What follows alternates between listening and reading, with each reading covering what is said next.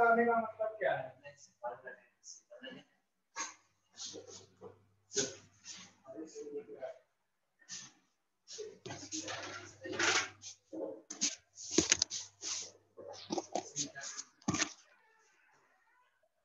Hello, मेरी आवाज आ रही है आपको?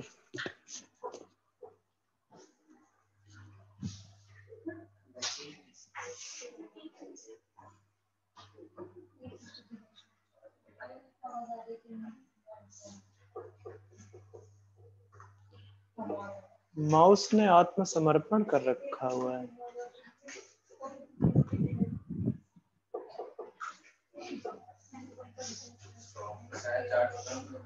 क्या है नाटक?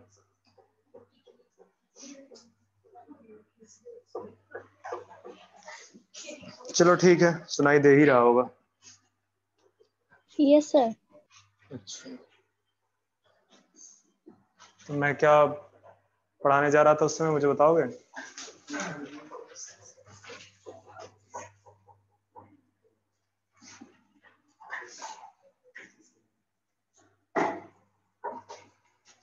डेफिशिएंसी सिम्टम्स, ठीक है। कुछ कॉमन डेफिशिएंसी सिम्टम्स हैं लाइक फ्लोरोसिस। क्या है? Yellowing of leaf due to loss of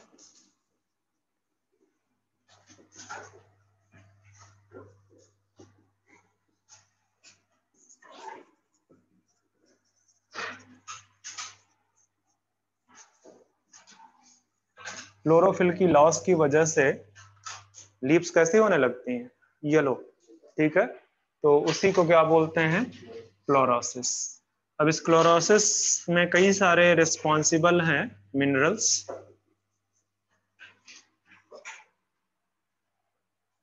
like nitrogen, phosphorus, potassium, magnesium, Mn। तो इतने सारे हैं, मुझे कहाँ से याद रहेंगे?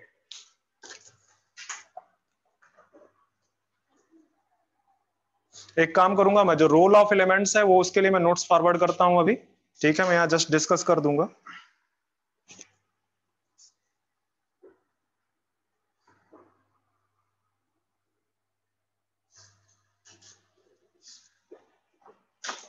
इसको हटा लो, ये नहीं। NKMG, Fe, MO,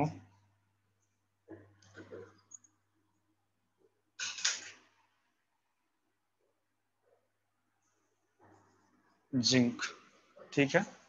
इसके बाद दूसरा है आपका नेक्रोसिस। नेक्रोसिस क्या है? Cell death due to injury of the plant part. Injury of plant part, या जनरली आप सेल डेथ को भी बोल सकते हो, ठीक है। Is known as necrosis. अब इसका देख लेना कि कौन से आपका जो है क्या कहते हैं नेक्रोसिस के लिए मिनरल रिस्पॉन्सिबल है, ठीक है। तो उसमें है आपका potassium, no, calcium, copper, magnesium, potassium भी है, ठीक है।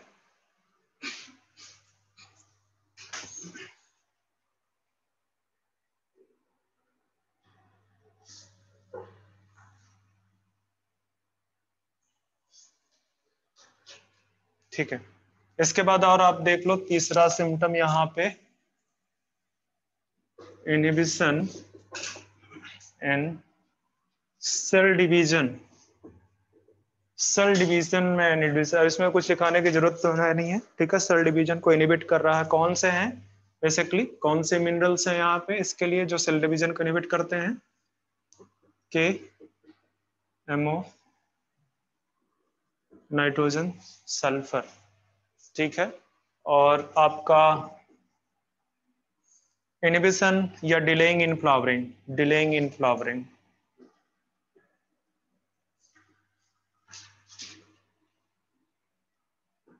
फ्लावरिंग में जो डिले करते हैं उसमें MO, N एंड S, ठीक है।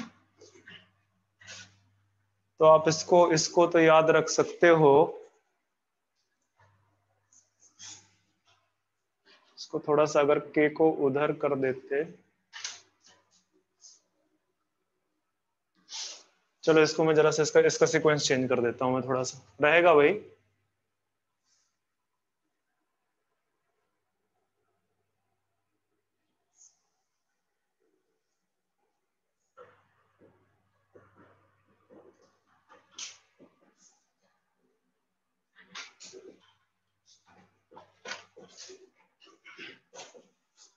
कान्हा क्यों मांगे नेक्रोसिस कार, कान्हा के Q C U M G, ठीक है। तो ये अगर इसको याद रख सकते हो, जैसे स्यूडोमोनास जो है आपका बैक्टीरिया होता है, नाम सुना होगा स्यूडोमोनास का नाम, तो इसको आप के मोनास बोल सकते हो, के मोनास, ठीक है। तो के मोनास से आपके सारे कवर हो जाएंगे। इसको भी आप सीधे मोनास लिख सकते, ठीक है। तो इंपॉर्टेंट है, तो इस वजह से ध्यान में रखना। पहले तो यही है कि कौन कौन से डिफिशियंसी सिम्टम्स, तो ये सारे आपके एनसीईआरटी में दिए हैं, फ्लोरोसिस, नेक्रोसिस, इनहिबिशन इन सेल डिवीजन, डिलेइंग इन फ्लावर, ठीक है। तो ध्यान में रखना है इनको। अब एक और इंपॉर्टेंट पॉइंट लिखा देता हूं कि जो डिफरेंट पार्ट्स हैं बेसिकली प्लांट के, वहां पे जो क्रिटिकल कंसंट्रेशन है वो वेरिएबल है। मतलब जैसे मैं यहाँ पे एक प्लांट आपके लिए ड्रॉ करता हूँ, ये रूट है उसका, ठीक है, ये प्लांट है।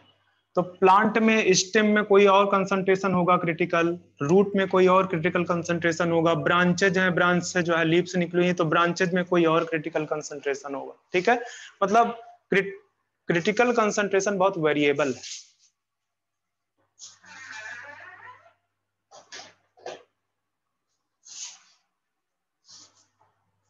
जो क्रिटिकल कंसंट्रेशन है, ठीक है, ऑफ एलिमेंट्स, ठीक है, क्या है वो, वेरिएबल है in different parts of the plant, different parts of the plant. जो डिफरेंट पार्ट्स हैं प्लांट के, वो वहां पे क्रिटिकल कंसंट्रेशन वेरिएबल है, ठीक है। सेकंड चीज, ये बात समझ में आ रही है कि नहीं आ रही है? देखो, थकान फील करोगे तो थकान लगेगी, और थकान फील नहीं करोगे तो थकान नहीं लगेगी, ठीक है। तो अगर दिमाग में ऐसा कुछ आ रहा है कि थक गए हो, तो बोलो कि अभी तो सुबह है, फ्रेश है बिल्कुल से, ठीक है, तो थकान नहीं आएगी। डिप्रेशन में जाने वाला एनवायरनमेंट मत बनाया करो। चलो दूसरा स्टेटमेंट ये है कि अगर सपोज कर लो कोई सिंगल एलिमेंट है, एसेंशियल एलिमेंट की बात चल रही है सब, ठीक है, ये सिंगल एलिमेंट वेरिएबल या multiple symptoms, deficiency symptoms show कर सकते हैं, ठीक है। एक single element can show multiple deficiency symptoms, multiple deficiency symptoms, okay. और बहुत सारे जो है क्या कहते हैं, एक स्टेटमेंट तो ये हो गया, दूसरा स्टेटमेंट मैं ये बोल रहा हूं कि कई डिफरेंट जो है, जो एलिमेंट्स हैं, वो एक सिंगल सिम्टम शो कर सकते हैं। मतलब देखो लिख देता हूं, मेनी एलिमेंट्स में शो, और कैन ही रहने दो, can show same deficiency symptom, ठीक है।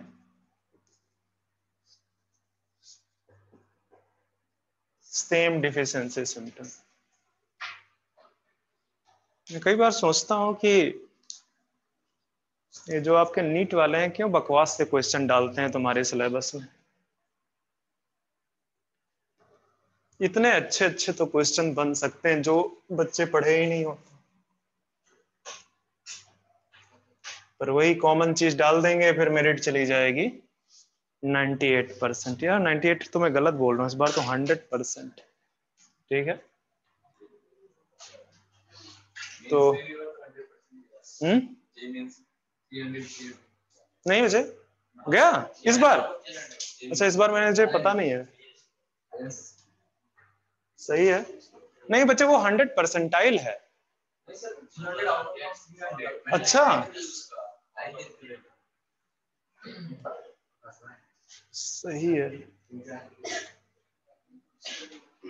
चलिए मैं इस बार जेई वगैरह से ज्यादा रोल ऑफ एसेंशियल एलिमेंट्स, ठीक है, लिखना है या नोट्स फॉरवर्ड कर दूंगा, ठीक है, मैं जस्ट आपको बताता चला जा रहा हूं। तो जैसे नाइट्रोजन, ठीक है, तो जो नाइट्रोजन है आपका ये एब्जॉर्ब किस फॉर्म में होता है, मेनली इसका जो एब्जॉर्बेबल फॉर्म है वो कौन सा है, सॉरी नाइट्रेट, इस फॉर्म में मेनली यही है, ठीक है, मेनली यही एब्जॉर्बेबल फॉर्म। हालांकि आपको ये NO2 के फॉर्म में भी एब्जॉर्ब होगा, ये आपका NH सम मतलब थोड़ा सा कंसंट्रेशन इसका अमोनियम आयन फॉर्म में भी एब्जॉर्ब। ये एक ऐसा एलिमेंट है जो बोथ कैटायन एंड एनायन दोनों के फॉर्म में एब्जॉर्ब होता है, ठीक है, कैटायन और एनायन दोनों के फॉर्म में एब्जॉर्ब होता है। ओके, अब ये जो नाइट्रोजन की जो रिक्वायरमेंट है वो जनरली मेरिस्टेमेटिक रीजन्स में, ग्रोइंग रीजन्स में ज्यादा होती है, ठीक है, तो जहां पे ग्रोइंग जो है रीजन होगा वहां पे नाइट्रोजन बेसिकली ज्यादा एबंडेंट रिक्वायर्ड होगा, ठीक है। और अगर आप देखोगे कि जो प्लांट्स हैं, प्लांट्स में जो है क्या कहते हैं नाइट्रोजन के कौन से इंपॉर्टेंट कंपाउंड बनते हैं, तो बताओ। नाइट्रोजन का एक तो बहुत बड़ा प्रोटीन में, न्यूक्लिक एसिड में, ठीक है, और आपका कुछ कार्बोहाइड्रेट, स्ट्रक्चरल कार्बोहाइड्रेट में भी उसका रोल है, ठीक है, और बताओ कोई एंजाइम वगैरह, ठीक है, आपके जो है क्या कहते हैं जैसे फ्लेविन एडेनिन डाइन्यूक्लियोटाइड है, एफएडी वगैरह, ठीक है, कोई एंजाइम्स वही है, ठीक है, कोई एंजाइम्स में ही आपके एनएडी और एफएडी आते हैं, ठीक है, एनएडी एंड एफएडी, ठीक है, flavin adenine dinucleotide and nicotinamide adenine dinucleotide. आपके जो विटामिन्स हैं, विटामिन्स में भी बेसिकली नाइट्रोजन का कंस्टिट्यूएंट्स प्रेजेंट होता है, ठीक है, तो इस तरह से नाइट्रोजन जो है क्या कहते हैं जहां पे जो ग्रोइंग पार्ट्स है मेरिस्टेमेटिक रीजन है बेसिकली वहां के लिए बड़ा एसेंशियल है। और अगर एक और इंपॉर्टेंट वाला, क्योंकि नाइट्रोजन में आपको बाद में पढ़ाऊंगा ही, डिटेल में पढ़ाना है नाइट्रोजन मेटाबॉलिज्म को, ठीक है, पर ये बेसिकली जो है क्या कहते हैं फोर्थ मोस्ट प्रेवलेंट एलिमेंट है, ठीक है, फोर्थ मोस्ट प्रेवलेंट एलिमेंट इसको रखा जाता है, मतलब एनसीईआरटी के अकॉर्डिंग चलोगे तो CH एंड O इससे पहले आते हैं, ठीक है, कार्बन हाइड्रोजन और ऑक्सीजन इससे पहले आते हैं, देन आपका नाइट्रोजन आता है। सेकंड चीज की जो है क्या कहते हैं सॉइल के लिए, सॉइल के लिए क्या है, लिमिटिंग है, ठीक है, ये फैक्टर मत करो, लिमिटिंग है, मतलब कहने का कि नाइट्रोजन की जो अमाउंट है, क्वांटिटी है सॉइल में वो कम है, ठीक है, इसी वजह से आप देखते हो कि एग्रीकल्चर में एक्स्ट्रा नाइट्रोजनस सोर्स दिया जाता है, किस फॉर्म में, यूरिया के फॉर्म में, ठीक है। तो नाइट्रोजन के बारे में बाकी मैं अभी डिस्कस करूंगा, नाइट्रोजन मेटाबॉलिज्म के बारे में, ठीक है।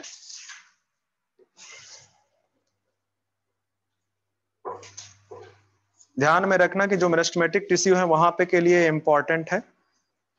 आते हैं फास्फोरस के बारे में बात करते हैं, तो आपको फास्फोरस का भी इंपॉर्टेंस पता है। एक चीज तो देखो ये बहुत इंपॉर्टेंट है कि किस फॉर्म में एब्जॉर्ब हो रहा है, ठीक है, ये जितने भी एलिमेंट में डिस्कस कर रहा हूं किस फॉर्म में एब्जॉर्ब हो रहे हैं वो बहुत इंपॉर्टेंट है। अभी मैं जो है आपको डिस्कस कर रहा हूं फास्फोरस, ठीक है, तो फास्फोरस किस फॉर्म में एब्जॉर्ब होता है, बताओ कितने माइनस लगा दूं,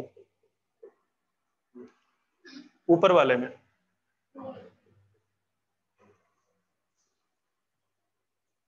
गलत है क्या, H3PO4 होता है, H2PO4 है तो उसमें एक जाएगा, नीचे वाले में आपके, तो इस फॉर्म में एब्जॉर्ब होता है, इन दोनों फॉर्म में, ठीक है। अब ज्यादा बेटर समझते हैं इसको, ऑर्थोफॉस्फेट किसको बोलते हैं मुझे नहीं पता, मुझे इतना याद नहीं रहा, सही पूछो तो मैंने आपको बता दिया जो एनसीईआरटी में लिखा हुआ है, ठीक है, इस फॉर्म में आपके एब्जॉर्ब होंगे।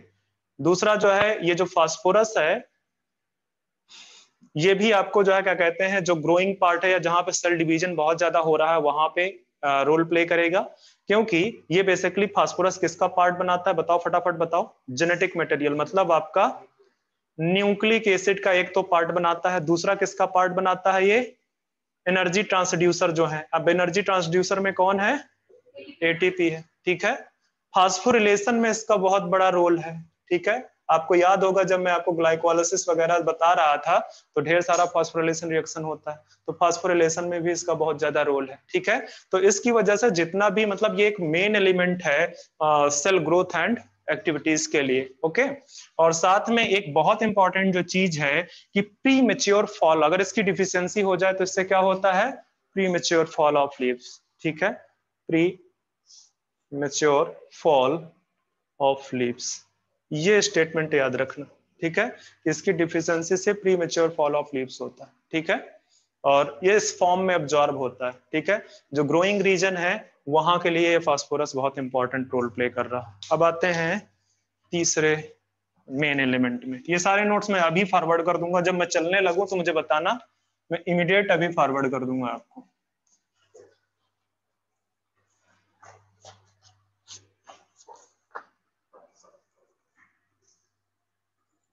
पोटेशियम देखते हैं, ठीक है।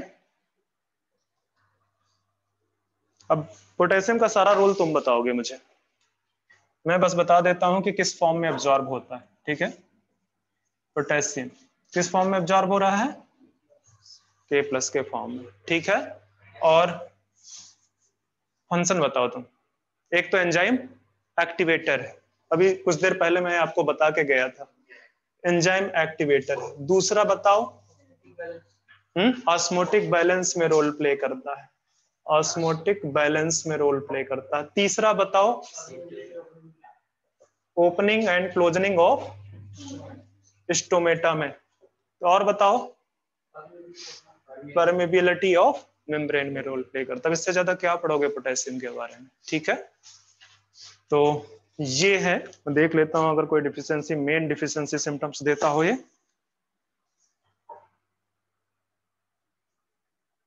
टर्जिडिटी में भी रोल प्ले करता है, तो वो आप वहीं से हो जाएगा आपका। हाँ, एक और चीज जो इंपॉर्टेंट है कि जो मेरिस्टेमेटिक रीजन है वहां पे इसकी रिक्वायरमेंट अबंडेंट, मतलब अबंडेंट क्वांटिटी में इसकी रिक्वायरमेंट कहाँ पे होती है, जो मेरिस्टेमेटिक रीजन, ठीक है। या आप ये बोल सकते हो कि जो न्यू फॉर्म यंगर पार्ट्स हैं वहां पे इसकी रिक्वायरमेंट जो है, पोटेशियम की रिक्वायरमेंट वहां पे ज्यादा होगी। एक ऑलरेडी चीज बता चुका हूं कि जो इंट्रासेलुलर एनवायरमेंट होता है वहां पे पोटेशियम क्या है, अबंडेंट प्रेजेंट होता है, ठीक है। वो चाहे एनिमल हो चाहे प्लांट।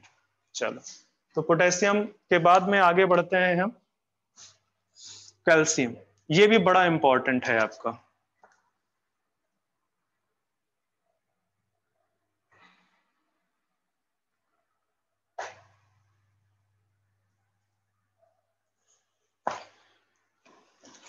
बताओ मुझे कि कैल्शियम किस फॉर्म में एब्जॉर्ब होता है,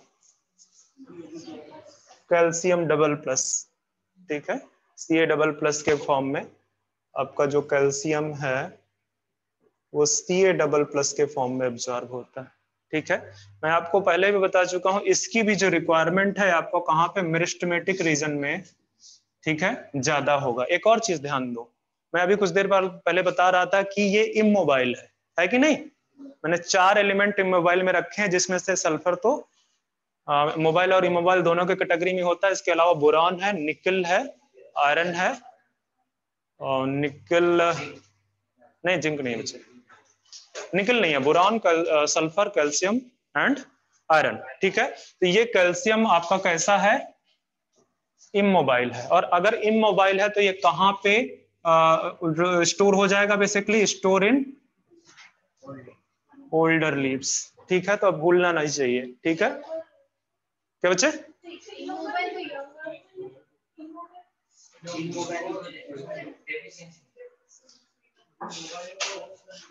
कहाँ रहते हो तुम लोग, अरे ये डिफिशियंसी सिम्टम्स और ये सेपरेट चीज बता रहा हूं। मैं बोल रहा हूं कि अगर ये इमोबाइल है दैट मींस कि ये एक्युमुलेट हो जाएगा, स्टोर हटा लो, एक्युमुलेट हो जाएगा वहां, ठीक है, इकट्ठा रह जाएगा वहां से, क्योंकि वो बेसिकली ट्रांसपोर्ट नहीं हो पा रहा है, ठीक है। जो उसका स्ट्रक्चरल कंपोनेंट है उसके साथ में बहुत मजबूती से जुड़ा हुआ है, ठीक है। तो कैल्शियम, एक चीज ये हो गई। दूसरा याद करो, मैंने कैल्शियम को कुछ और भी लिखाया हुआ है, ऑस्मोटिक,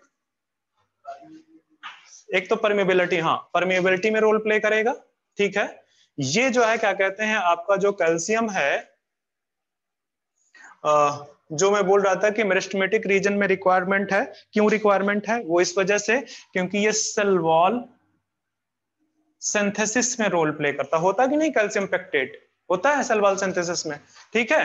तो बेसिकली सेल वॉल सिंथेसिस में है, मतलब इसका रोल कहां पे आ जाएगा, सेल डिवीजन में, ठीक है। मतलब सेल वॉल सिंथेसिस में पार्टिसिपेट कर रहा है, तो आपका ये सेल डिवीजन में भी इसका रोल हो गया है जाके, ठीक है।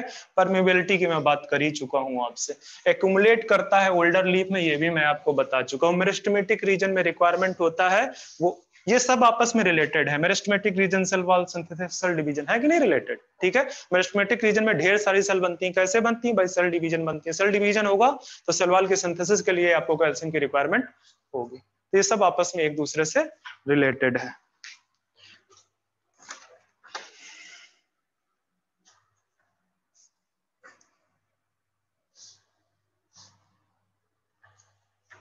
मैग्नीशियम आते हैं, मैग्नीशियम में कुछ ज्यादा मुझे नहीं बताना है, ठीक है। मैग्नीशियम में आपको भी उतना ही पता है जितना मुझे पता है।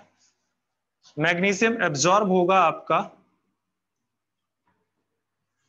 मैग्नीशियम डबल प्लस के फॉर्म में, ठीक है। आपको पता है कि जो मैग्नीशियम है ये किसका किसका जो है कंपोनेंट है, कंपोनेंट ऑफ क्लोरोफिल, ठीक है। क्लोरोफिल, क्लोरोफिल का जो बीच का पार्ट है, ठीक है, उसमें प्रेजेंट होता है। किस फॉर्म में प्रेजेंट होता है, एलिमेंटल फॉर्म में, एमजी फॉर्म में, ठीक है। इसके चारों तरफ क्या लगे हुए होंगे, टेट्रापाइरॉल रिंग।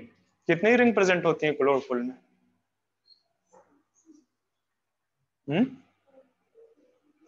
कितने रिंग प्रेजेंट होते हैं टेट्रापाइरॉल की, सॉरी अच्छा 4 बोल रहे हो क्या, सुनाई नहीं दे रहा, चलो ठीक है। तो ये बेसिकली बीच में प्रेजेंट होता है, और ये याद रखना कि चूंकि ये कोऑर्डिनेट बॉन्ड से जुड़ा हुआ है, ठीक है, कोऑर्डिनेट बॉन्ड से, तो ये आराम से निकल जाता है, आराम से निकल जाता है। तभी इसको मैंने किस कैटेगरी में रखा था, मोबाइल की कैटेगरी में रखा हुआ था, ठीक है। तो green parts of the plant में इसकी जो है क्या कहते हैं रिक्वायरमेंट होगी, मतलब कि जब वो हो चुका होगा, मतलब मेरिस्टेमेटिक रीजन के बाद जब मेच्योर होने लगेगी सेल, तब मेच्योर होने के दौरान ये आपको रोल प्ले करेगा, ठीक है, क्योंकि फोटोसिंथेसिस से उसी समय करेगा। तो ये मैग्नीशियम है आपका।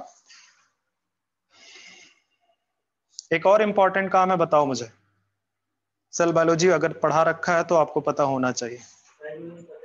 राइबोसोम को जो है क्या कहते हैं जोड़ने के, दोनों यूनिट को जोड़ने का काम करता है। कौन कौन सी यूनिट होती है राइबोसोम में, एटीएस में यूकैरियोट्स की बात हो रही है, 40 एंड 60, ठीक है। तो उसमें 0.001% कंसंट्रेशन मैग्नीशियम की रिक्वायर्ड है, ठीक है। और उससे अगर ज्यादा हो गई तो राइबोसोम्स डाइमर के फॉर्म में आ जाएगा, ठीक है, जो कि फंक्शनल लॉस हो जाएगा उसका, ठीक है। इसके बाद आते हैं हम मैग्नीशियम के बाद सल्फर, सल्फर, ठीक है। तो सल्फर आपका किस फॉर्म में एब्जॉर्ब होगा, सल्फेट के फॉर्म में, ठीक है, सल्फेट के फॉर्म में एब्जॉर्ब होगा, ठीक है। और सल्फर इस वजह से बहुत ज्यादा इंपॉर्टेंट है कि ये किस किस का कंपोनेंट बनाता है। देखो आपकी जो एमाइनो एसिड है, कौन कौन से एमाइनो एसिड है, सिस्टीन एंड मेथियोनिन, इन दोनों में सल्फर प्रेजेंट होता है। इसके अलावा आपका कोएंजाइम ए, यहां पे प्रेजेंट होता है सल्फर, ठीक है। विटामिन्स में सल्फर प्रेजेंट होता है, विटामिन्स में सल्फर प्रेजेंट होता है। तो ये याद रखना कि कौन कौन से, ये एनसीईआरटी में मेंशन है, ठीक है, एनसीईआरटी में आपका मेंशन है कि सल्फर आपका ये 2 एमिनो एसिड है, एक और है पर वो कैसे बनता है, वो एसेंशियल नहीं है, मतलब 2 सिस्टीन मिलके एक मॉलिक्यूल बनाता है जिसको बोलते हैं सिस्टाइन, ठीक है, सिस्टाइन, ठीक है, 2 सिस्टीन मिलके बनाता, तो वहां पे चूंकि वो डायरेक्ट डेरिवेटिव नहीं है उसका, ठीक है, तो बस आप ये याद रखना सिस्टीन एंड मेथियोनिन, ठीक है। तो आपके जो है क्या कहते हैं विटामिन का पार्ट है, कोएंजाइम ए का पार्ट है, कुछ और कोएंजाइम्स हैं उनके भी पार्ट है ये, ठीक है, और भी कोएंजाइम्स हैं उनका भी पार्ट है, बट ये इतना याद रखना, इतना एनसीईआरटी में मेंशन है, ठीक है। ये सारे मैं नोट्स आपको फॉरवर्ड कर दूंगा। फेरेडॉक्सिन का नाम सुना है कहीं पे, फोटोसिंथेसिस। तो रेडॉक्सिन में भी सल्फर प्रेजेंट होता है, ठीक है। ये एक टाइप का इलेक्ट्रॉन ट्रांसपोर्ट करता है iron sulphur protein, okay.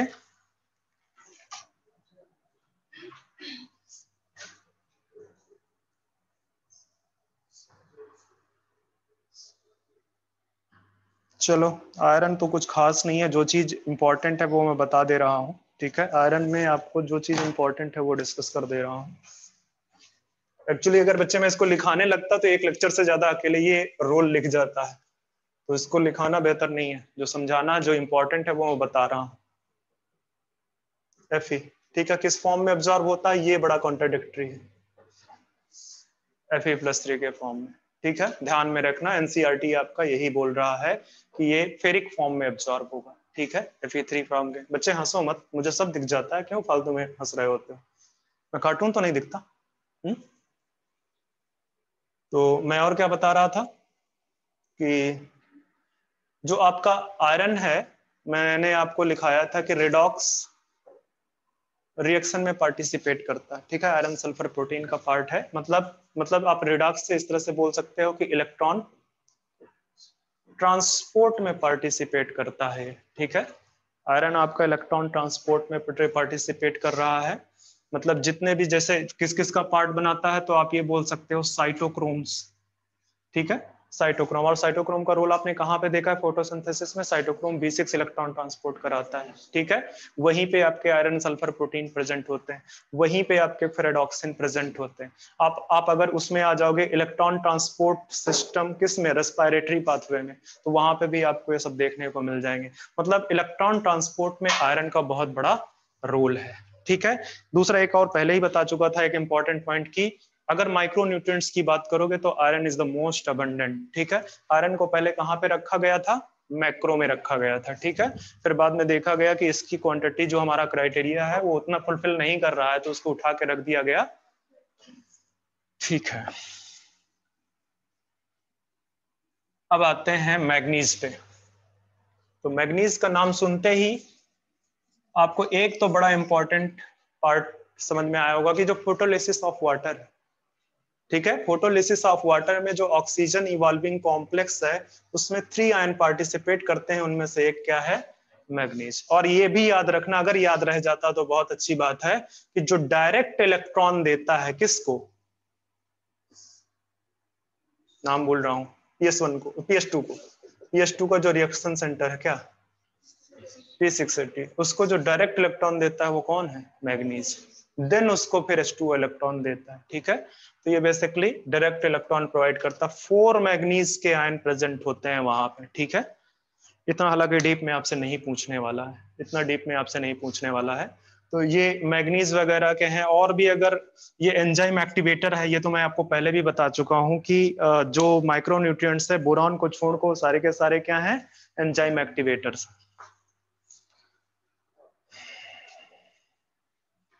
Enzyme मतलब मेटाबॉलिज्म में पार्टिसिपेट करता है, चाहे फोटोसिंथेसिस हो, चाहे रेस्पिरेशन हो, चाहे अदर पार्ट हो, ठीक है। जिंक के बारे में मैं पहले भी बता चुका हूं बच्चे, जिंक Zn++ के फॉर्म में एब्जॉर्ब होता है, और मैं आपको बता चुका हूं कि ये एक्टिवेट करता है किसको, कार्बोक्सिलेजेस एंड एनहाइड्रेजेस को, ठीक है।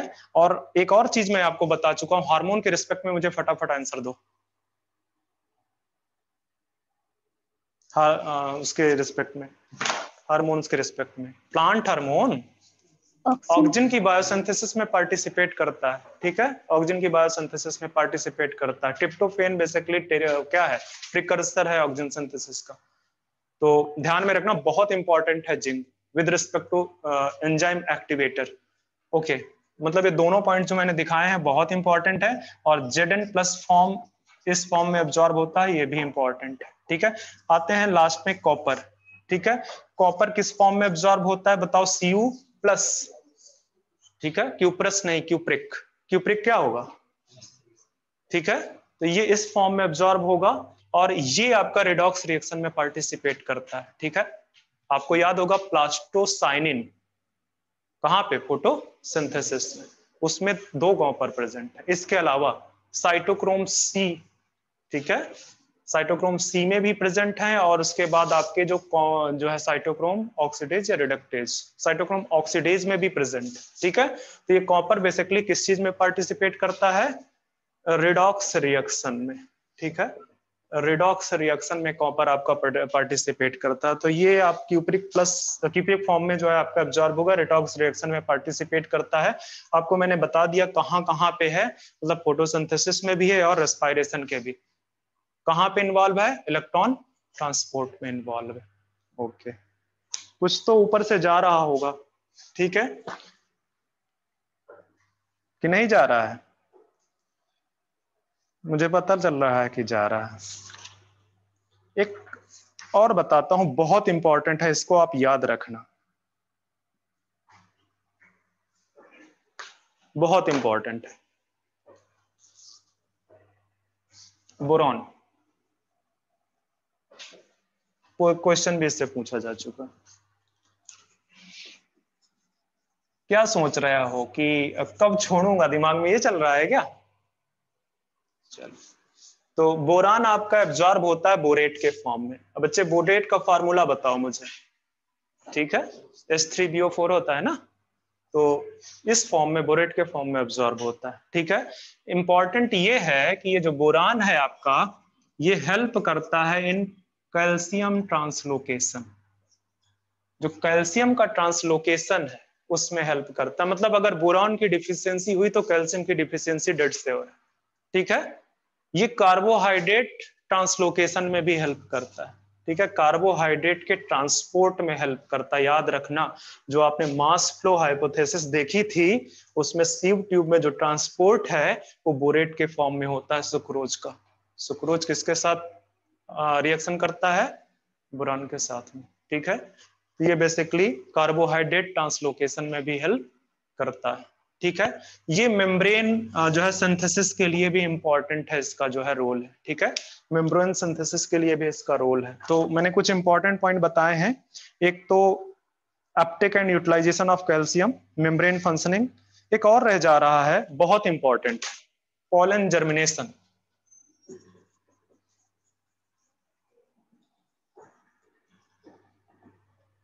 जर्मिनेशन ये भी आपको मैं बताऊंगा जब मैं आपको प्लांट रिप्रोडक्शन पढ़ा रहा हूँगा। तो प्लांट रिप्रोडक्शन पढ़ाते समय मैं आपको बताऊंगा कि यहाँ पे ये स्टिग्मा है, स्टाइल है, ठीक है, ये ओवरी है। तो जब पॉलन ट्यूब आएगी, उसको जब जर्मिनेट करना होगा, तो उसमें समय कौन सा एलिमेंट पार्टिसिपेट करेगा? बोरॉन। ठीक है, तो बोरॉन, ये जितने भी एलिमेंट मैंने पढ़ाए हैं उसमें से सबसे ज्यादा इंपॉर्टेंट बोरॉन। ठीक है, इसमें सबसे ज्यादा इंपॉर्टेंट आपका बोरान है। तो ये मैंने कुछ रोल्स बता दिए हैं। एक क्लोरीन रह जाता है, तो क्लोरीन का बता रहा हूं, फोटोलिसिस ऑफ वाटर में और आयनिक बैलेंस में रोल पार्टिसिपेट करता है। मॉलिबेडनम है एक, तो मॉलिबेडनम बेसिक मॉलिबडेट फॉर्म में एब्जॉर्ब होता है। एनसीईआरटी में रीड करना, नोट्स में भी मिल जाएगा। ठीक है, और इसका इसका जो एंजाइम एक्टिवेटर वाला रोल है वो किसके साथ में है? नाइट्रोजन मेटाबॉलिज्म में मैं अभी पढ़ा हूं। ठीक है, जो नाइट्रोजिनेज होता है, एंजाइम है, वो नाइट्रोजनेज को मोलिब्डेनम क्या करता है? एक्टिवेट करता है, मतलब को फैक्टर है वहां पे। तो ये सारे के सारे जो रोल्स थे वो मैंने डिस्कस कर दिए हैं। अब सीधे पहुंचते हैं नाइट्रोजन मेटाबॉलिज्म पे। क्या चाहते हो? नहीं पढ़ना चाहते? मतलब मन तो यही कह रहा है, पर हम करें क्या, कह नहीं सकते ना। टाइम कितना हुआ? 4 बज गया। बच्चे एक लेक्चर और ले जाएगा, थोड़ी देर पढ़ाता हूँ उसके बाद छोड़ दूंगा। ठीक है, 3:20 पे। अच्छा, मतलब अरे जो भी बोलना स्पष्ट बोलो, मुझे ये। अच्छा, ये चलो ठीक है, मैं उससे ज्यादा पढ़ाऊंगा भी नहीं, क्योंकि आप लोगों के चेहरे बहुत दयनीय स्थिति में दिख रहे हैं मुझे।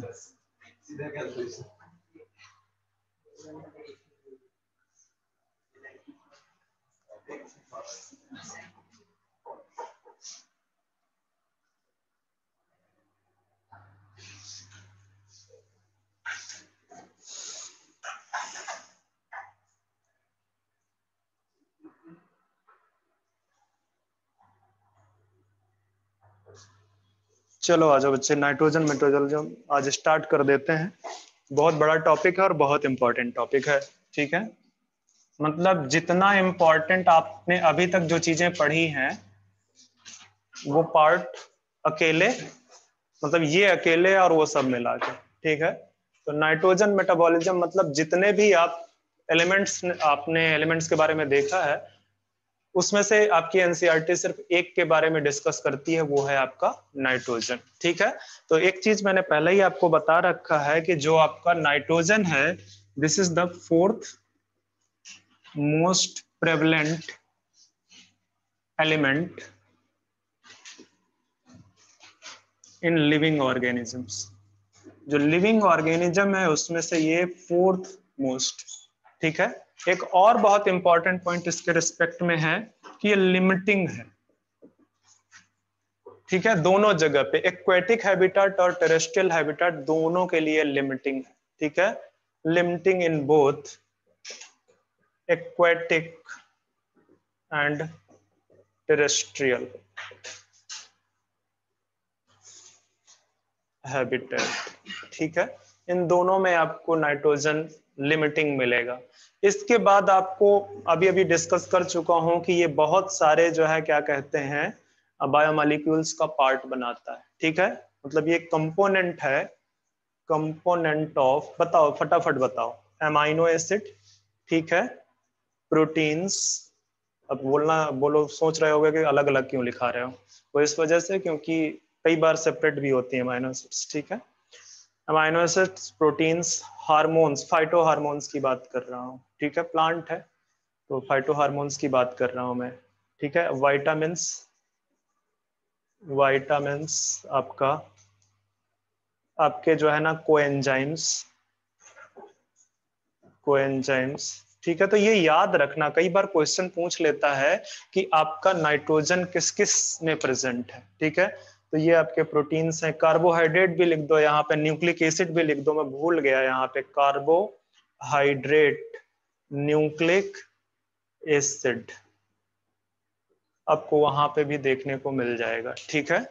तो इस तरह से या जो आपका नाइट्रोजन है वो बहुत जगह प्रेजेंट है, ठीक है। और भी कुछ कुछ लिखा देता हूं। एल्कोलॉइड्स का नाम सुने होंगे, आपका जो बायोमॉलिक्यूल चैप्टर है वहां पे एक टेबल बना है, वहां पे कुछ एल्कोलॉइड्स के नाम लिखे हुए हैं, ठीक है। तो आप जो है यहाँ पे एल्कोलॉइड्स लिख लो, एल्कोलॉइड्स, साइटोक्रोम्स, साइटोक्रोम्स, ठीक है। तो ये कुछ बायोमॉलिक्यूल्स हैं बेसिकली जिनमें नाइट्रोजन प्रेजेंट होता है। और भी लिखना चाहो तो आप लिख सकते हो एटीपी वगैरह, ठीक है। एनर्जी ट्रांसड्यूसर में ATP, GTP, CTP, TTP, whatever, ठीक है।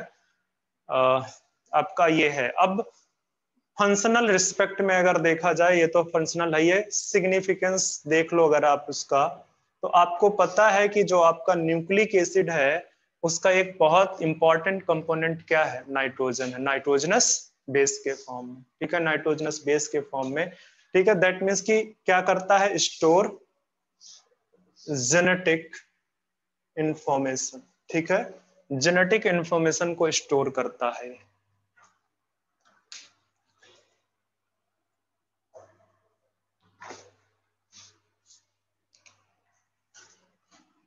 रिप्रोडक्शन, रिप्रोडक्शन और growth and development, development, growth and development में भी पार्टिसिपेट कर रहा है, ठीक है। आते हैं सोर्स ऑफ नाइट्रोजन की बात करते हैं। सोर्स ऑफ नाइट्रोजन, जो स्टार्टिंग के 2 पॉइंट हैं वो तो बहुत ही इंपॉर्टेंट है, ध्यान में रखना, ठीक है। कि जो नाइट्रोजन है उसकी अमाउंट सॉइल में कम है तो सॉइल के लिए वो लिमिटिंग है, एक्वेटिक हैबिटेट में भी लिमिटिंग है। फोर्थ मोस्ट प्रेवलेंट एलिमेंट है लिविंग ऑर्गेनिज्म के रिस्पेक्ट में, ठीक है। अब आते हैं सोर्स ऑफ नाइट्रोजन, बात करते हैं सोर्स ऑफ नाइट्रोजन। तो सोर्स ऑफ नाइट्रोजन में मेजर सोर्स जो नाइट्रोजन का है वो कहां पे है, एटमॉस्फेयर। कितना परसेंट कंट्रीब्यूट करता है, 78%, ठीक है। तो आपको जो है क्या कहते हैं, जो मेजर सोर्स है, मेजर सोर्स वो है एटमॉस्फेयर, एटमॉस्फेरिक नाइट्रोजन। ठीक है, कितना कंट्रीब्यूट कर रहा है? 78%। बट प्रॉब्लम क्या है यहाँ पे कि ये जो एटमॉस्फेरिक नाइट्रोजन है ये किस फॉर्म में है? मॉलिक्यूलर फॉर्म में। और आपको पता है नाइट्रोजन में कितने बॉन्ड प्रेजेंट हैं? 3। इसको तोड़ पाना अपने आप में बहुत एनर्जेटिक काम है। ठीक है, बहुत ज्यादा एनर्जी रिक्वायरमेंट होती है। तो कोई भी यूकैरियोट्स ऐसा नहीं है जो इसको तोड़ के इससे अमोनिया बना सके। ठीक है, इसके बीच का जो बॉन्ड है कोई भी यूकैरियोट्स में एबिलिटी नहीं है, सिर्फ किस में एबिलिटी है? प्रोकैरियोट्स में। ठीक है, तो एक मेजर सोर्स है आपके जो एटमॉस्फेरिक नाइट्रोजन है। ठीक है, एटमॉस्फेयर बेसिकली। इसके अलावा आपको जो है क्या कहते हैं, ये सॉइल में भी मिल जाएगा। ठीक है, अब सॉइल में आपके दो सोर्स हो जाएंगे। बताओ कौन कौन से सोर्स? एक जो है ऑर्गेनिक सोर्स। ठीक है, मतलब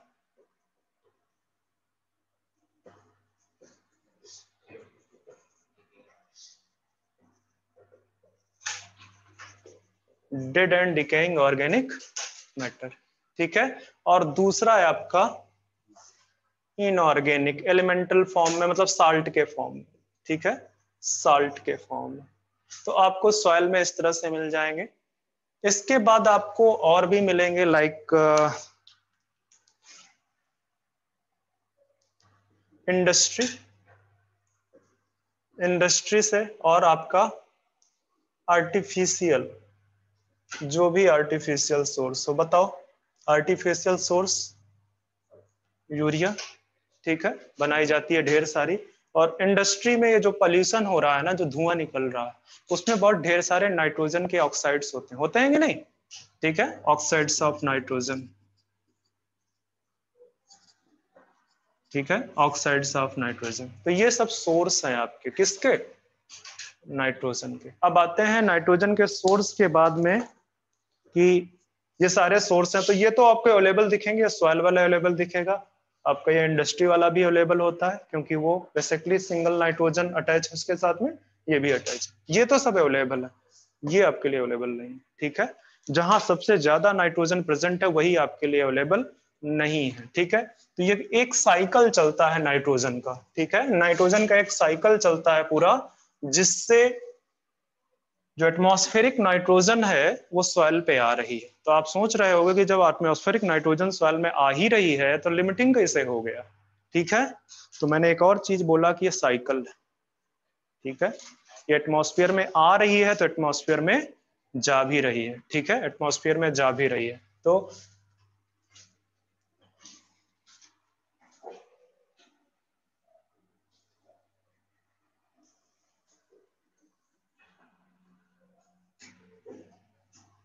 आपके पास में क्या है?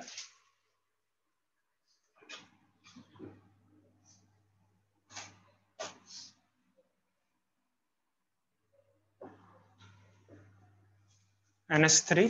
ध्यान दो इसको मैं क्यों यहां से बना रहा हूं। NO2। मैं आपको बेसिकली नाइट्रोजन साइकिल बताने जा रहा हूँ, या ऊपर हेडिंग ही डाल दो आप N2 साइकिल। ठीक है, N2 साइकिल आप हेडिंग ही डाल दो। ये आपके एनसीईआरटी में डायग्राम बना हुआ है। ठीक है, NH3 से NO2 और NO3।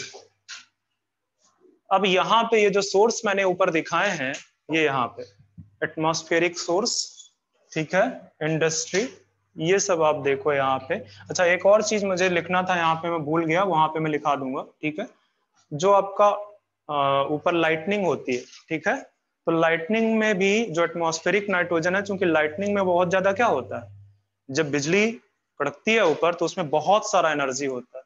तो उस एनर्जी से क्या है कि वो नाइट्रोजन को तोड़ देता है। ठीक है, नाइट्रोजन का जो मॉलिक्यूल है उनको सेपरेट कर देते हैं दोनों उसको एलिमेंट को।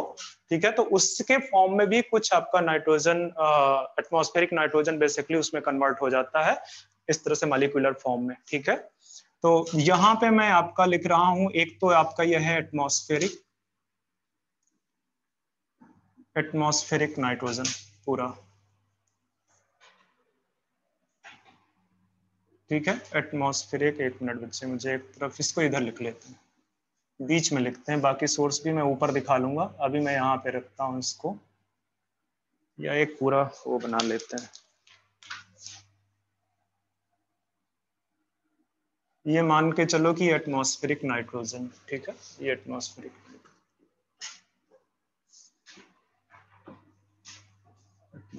नाइट्रोजन है, ठीक है। तो एटमॉस्फेरिक नाइट्रोजन को आपके अमोनिया में कन्वर्ट करता है, कौन करेगा convert? Bye biological nitrogen fixation, prokaryotes करेंगे ये काम, ठीक है। तो जो एटमॉस्फेरिक नाइट्रोजन है उसको किस में चेंज करेगा? अमोनिया में। तो ये भी एक चीज श्योर रहना कि जो मॉलिक्यूलर नाइट्रोजन को चेंज होना है वो किस फॉर्म में चेंज होता है? अमोनिया के फॉर्म में। तो एक सोर्स जो मेजर वाला सोर्स था ये एटमॉस्फेरिक नाइट्रोजन, ये बेसिकली चेंज कर रहा है, ठीक है।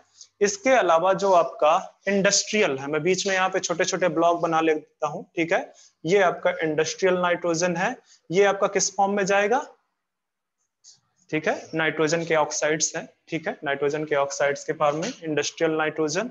और लाइटनिंग, ठीक है, हालांकि लाइटनिंग इसी एटमॉस्फेरिक नाइट्रोजन को ही कन्वर्ट करेगा, लाइटनिंग, ठीक है। ये आपका किस में चेंज कर देगा इसको? NO2 के फॉर्म में, या समहाउ NH3 के फॉर्म में, आप इसको ऐसे ही कर लो, ठीक है, NO2 के फॉर्म में, इसको यहाँ पे भी कर सकते हैं, इसको ऐसे भी कर सकते हो, ठीक है। तो जो एटमॉस्फेरिक नाइट्रोजन है उसको देख लो, बायोलॉजिकल नाइट्रोजन फिक्सेशन उसको चेंज कर रहा है, उसमें आपका इंडस्ट्रियल का रोल है और लाइटनिंग का रोल है, ठीक है। ये बेसिकली इस फॉर्म में नाइट्रोजन को लेके आ रहे हैं। अच्छा, ये जो नाइट्रेट है, अभी अभी याद करो, जब मैं नाइट्रोजन का रोल बता रहा था तो मैंने बोला था किस फॉर्म में मेजरली एब्जॉर्ब होती है, ठीक है, नाइट्रेट के फॉर्म में, ठीक है, ये नाइट्रेट के फॉर्म में एब्जॉर्ब होगी, तो ये होगा अपटेक, ठीक है, अपटेक हुआ। एक बार प्लांट के अंदर रूट के थ्रू नाइट्रेट पहुंच गया तो नाइट्रेट के फॉर्म में ज्यादा देर तक सरवाइव नहीं कर सकता, क्यों? उसके पास ऑक्सीजन बहुत ज्यादा है, और ऑक्सीजन प्लांट के लिए डैमेज, प्लांट के अंदर डैमेज करना स्टार्ट कर देगी, तो वो इसको तुरंत किस में चेंज कर देगा? अमोनियम फॉर्म में, इसको तुरंत अमोनियम फॉर्म में चेंज कर देगा। तो ये पार्ट तो सेपरेट है, मैं आपको बता रहा हूं बीच में, ठीक है। अपटेक से ये किसके पास गई? अभी प्लांट्स के पास में गई, ठीक है। प्लांट से मे बी चांसेस है कि एनिमल ले ले, ठीक है, प्लांट से मे बी चांसेस है कि ये किसके पास चला जाए? एनिमल्स के फॉर्म में, ठीक है, एनिमल्स के पास चला जाए। और ये एनिमल्स फिर क्या होंगे? इनकी अगर डेथ होती है, डेथ एंड डिकेइंग, ठीक है। तो अब डेथ चाहे वो एनिमल की हो और चाहे प्लांट की हो, क्या होगा? जो भी नाइट्रोजन है कहां पे आएगा? सॉइल में आएगा, ठीक है। और फिर ये जो आपका डेथ एंड डिके होके यहाँ पे कुछ बैक्टीरिया हैं, वो क्या करेंगे? अमोनोफिकेशन, ठीक है, किस मतलब क्या करने? अमोनिया में चेंज कर देंगे उसको, क्योंकि यहाँ तो मॉलिक्यूलर फॉर्म, मतलब बड़े कॉम्प्लेक्स फॉर्म में है ना, ठीक है, वो जो कॉम्प्लेक्स फॉर्म है उसको अमोनिफिकेशन करके चेंज कर देगा। तो ये आपको पूरी साइकिल दिख रही है, ये पूरी साइकिल दिख रही है, तो बोलोगे कि ये जो आपने दिखाया है यहाँ पे एटमॉस्फेयर में तो कहीं जा नहीं रही है, ठीक है। एटमॉस्फेयर में तो कई सारे बैक्टीरिया हैं जो ये नाइट्रेट है ना, इसको इसमें चेंज करता है, ठीक है। एटमॉस्फेरिक मतलब मॉलिक्यूलर नाइट्रोजन में चेंज करता है। तुम सोचोगे कि उसको क्या फायदा है भाई? उसको उससे एनर्जी मिलती है, ठीक है, उसको उससे एनर्जी मिलती है। और इनको बोलते हैं, ये जो प्रोसेस है इसको बोलते हैं डीनाइट्रिफिकेशन। और जो बैक्टीरिया ये काम करते हैं, ठीक है, जो बैक्टीरिया ये काम करते हैं डीनाइट्रिफिकेशन का, उनको बोलते हैं डीनाइट्रीफाइंग बैक्टीरिया। और डीनाइट्रीफाइंग बैक्टीरिया का एग्जाम्पल कई बार पूछ लेता है, एक तो है आपका स्यूडोमोनास, स्यूडोमोनास, और दूसरा है थायोबैसिलस, थायोबैसिलस। अच्छा, इनके आगे आप डीनाइट्रिफिकेंस जोड़ सकते हो, मतलब जो इनकी स्पीसीज है, क्या नाम दिया गया स्पीसीज को? डीनाइट्रिफिकेंस, ठीक है। मतलब स्यूडोमोनास डीनाइट्रिफिकेंस एंड थायोबैसिलस डीनाइट्रिफिकेंस। तो यहां से जो चला था पूरा साइकिल आपका इस तरह से फिर ऊपर चला गया, और ये तो इस वजह से, चूंकि ये तो पार्ट आपका सॉइल का पार्ट है ना, यहाँ वाला कुछ कुछ पार्ट प्लांट्स के लिए भी सॉइल है, एनिमल्स भी सॉइल पे ही सर्वाइव कर रहा है, ठीक है। ये एटमॉस्फेरिक नाइट्रोजन है, ये भी आप बोल सकते हो समहाउ सॉइल ही है, ठीक है। तो यहां से पूरा इस तरह से साइकिल चल रहा है नाइट्रोजन का, ठीक है। तो आगे चल के मुझे इस अपटेक के बारे में डिस्कस करना है, ठीक है। और ये जो रिएक्शन मैंने ये बोली है, ठीक है, मतलब जो एटमॉस्फेरिक नाइट्रोजन से अमोनिया का रिएक्शन है, इसको सेपरेट डिस्कस करना है in the form of biological nitrogen fixation, ठीक है। और इसके बाद अगर ये जो है क्या कहते हैं आपका जब अपटेक होता है, तो अपटेक जो हो रहा है उसके बाद प्लांट्स में वो किस फॉर्म में चेंज हो गया, अमोनियम फॉर्म में, ठीक है। तो वो अमोनिया से, अमोनिया बोल सकते हो कि अमोनिया को वो किस तरह से बायोमोलिक्यूल्स के फॉर्म में यूटिलाइज कर रहा है, मतलब अमोनिया से क्या बना रहा है, एमाइनो एसिड्स, वो देखना है हमको, ठीक है। तो वो सारी चीजें हमको पढ़नी है। आज के लिए मैं यहीं पे बंद कर देता हूँ, नेक्स्ट लेक्चर आऊंगा तो मैं यहाँ से आपको बायोलॉजिकल नाइट्रोजन फिक्सेशन स्टार्ट करूंगा, ठीक है। तो ये साथ आपको समझ में आ गया होगा कि किस तरह से हो रहा है। एक चीज और लिखना हो तो लिख लो, ये जो अमोनोफिकेशन के लिए जो बैक्टीरिया है यहाँ पे भी बैक्टीरिया ही है, ठीक है। तो बैसिलस म्यूकोइड्स, बैसिलस म्यूकोइड्स, एक बैक्टीरिया कोई और है जो रेमोसस, बैसिलस रेमोसस, ये लो, ठीक है। ये पूछे गए हैं बच्चे, ये पूछे गए हैं, ये वाला पूछा गया हुआ है, तो ध्यान में रखना, इसका तो सेपरेट पार्ट बार बार पूछा गया है, बायोलॉजिकल नाइट्रोजन फिक्सेशन, और इसके बाद उसमें जो रूट नोड्यूल फॉर्मेशन है, वो सब बड़े पार्ट हैं। तो देखते हैं कितनी देर में एक हिस्सा है।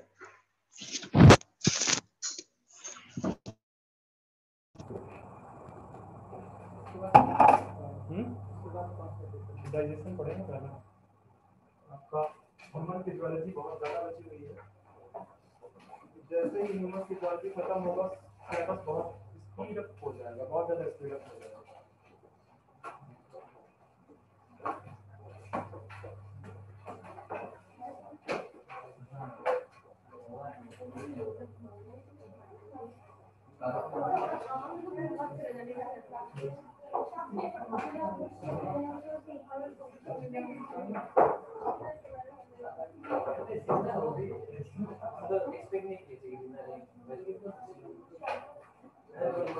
इसके बाद